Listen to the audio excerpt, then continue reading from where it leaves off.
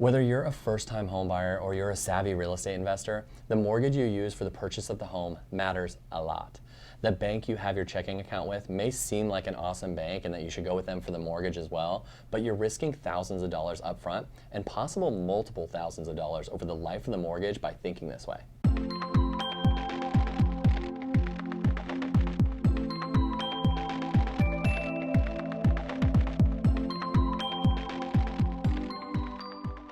Hey everyone, my name is Joe Skipper and I'm the owner of Skipper Realty Group, brokered by eXp Realty. And today we're going to take a look at 5 mortgage options, what they mean, and whom they may fit best for in a mortgage. And stay tuned till the end because I'm going to give you some advice that, depending on your income level, could get your down payment and closing costs paid for completely. So let's dive in now, but please don't forget to like this video, and also if you want to stay up to date on the latest on the Oregon housing market and tips and tricks for buyers and sellers to make the best investment on a home, then you should subscribe to this page.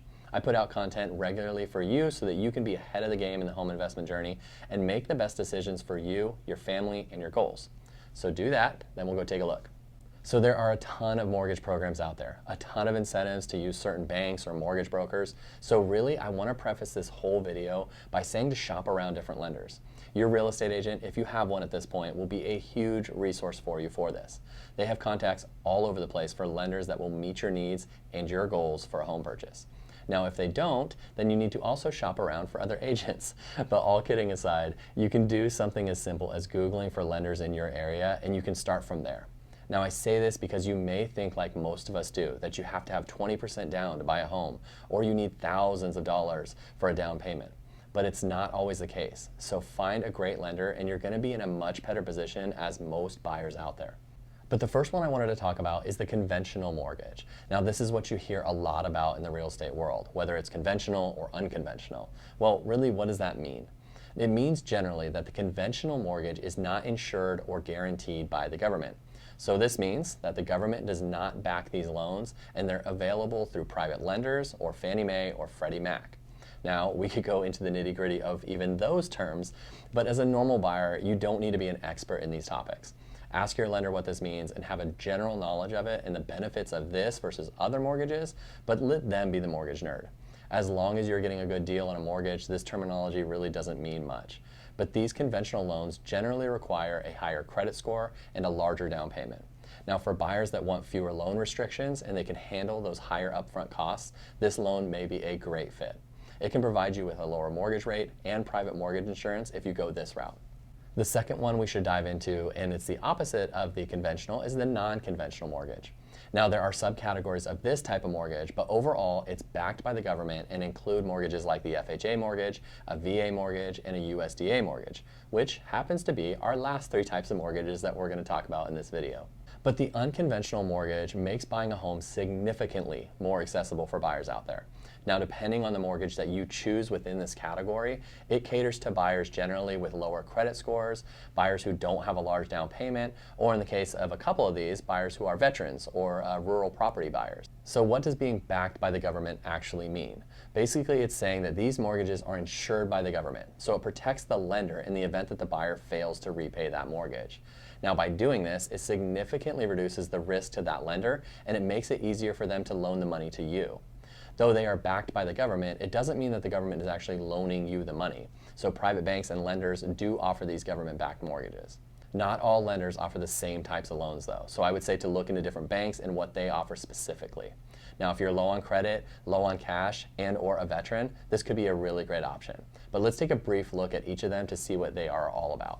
The FHA loan is a mortgage loan that you can apply for that's backed by the Federal Housing Administration, or FHA. Like we said, they insure the loan, but it's actually given out through third-party lenders like your bank or your mortgage broker. They do have a low credit score and low down payment option, so this is a really popular loan for first-time home buyers or people that just don't have the cash to do a huge down payment. Now, I believe you can get a loan with a low score of 580 of credit score and 3.5% down as a minimum. Now, there is flexibility within that as well, so check with your lender on options that they have. Now, the lender will tell you what you qualify for, so you can't just say, I want to put 3% down on $1 million home because it's FHA. You still need to show the bank that you're good for the mortgage and that you can pay it back. So you will still need to get pre-qualified for a specific amount prior to buying your mansion. The Veterans Loan, or the VA loan, is an awesome loan program that's specifically catered to our current and former military members.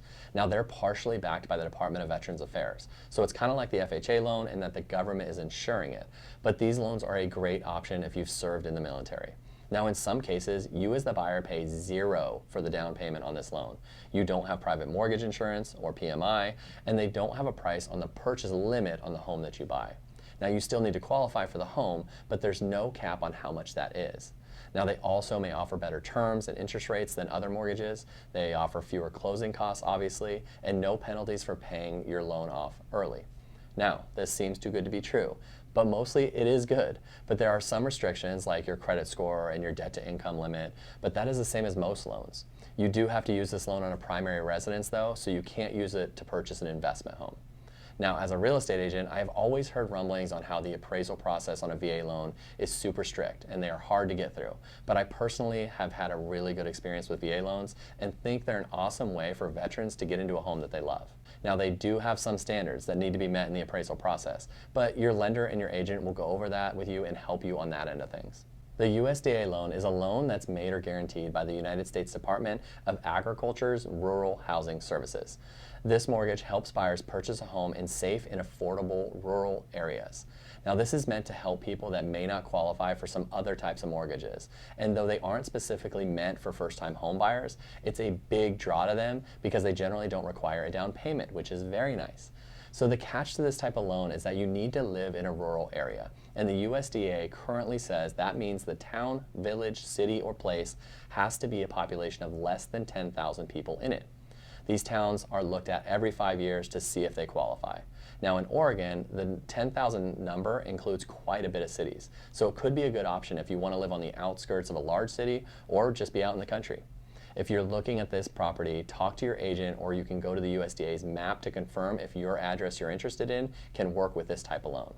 Now, there are restrictions to this loan, so you may not qualify if you can qualify for another type of loan. So it's important to chat with a lender that specifically works with these loans so that they can help you on whether you can use this loan option or not. And finally, I wanted to let you in on a not so secret but not really advertised part of the loan process, and that is that a lot of people worry about financing and their down payments and their closing costs, and for very good reasons. Now, your closing costs could be thousands and thousands of dollars, and your down payment could be the exact same. But there are specific lenders and programs that can possibly grant you closing costs and your down payment depending on your situation. Now, what that means is that could mean coming in with $0 down and $0 at closing so that you can get into a home without cashing out all of your savings. Now, if you want to know about these programs, reach out to me and I can set you up with the lenders that work specifically with these types of scenarios. In the meantime, I hope this gives you a general guide on mortgages and makes you feel a bit more comfortable with them and the options that are out there. Now, by being better informed on this market, you're going to be so much better off for you, your family, and the goals that you have for building wealth in real estate. And if you want to stay up to date with the latest on the housing market and become a better investor in this world, please like and subscribe to this page. I'm putting out content regularly so that you can get the most out of your home investment. Thanks, guys.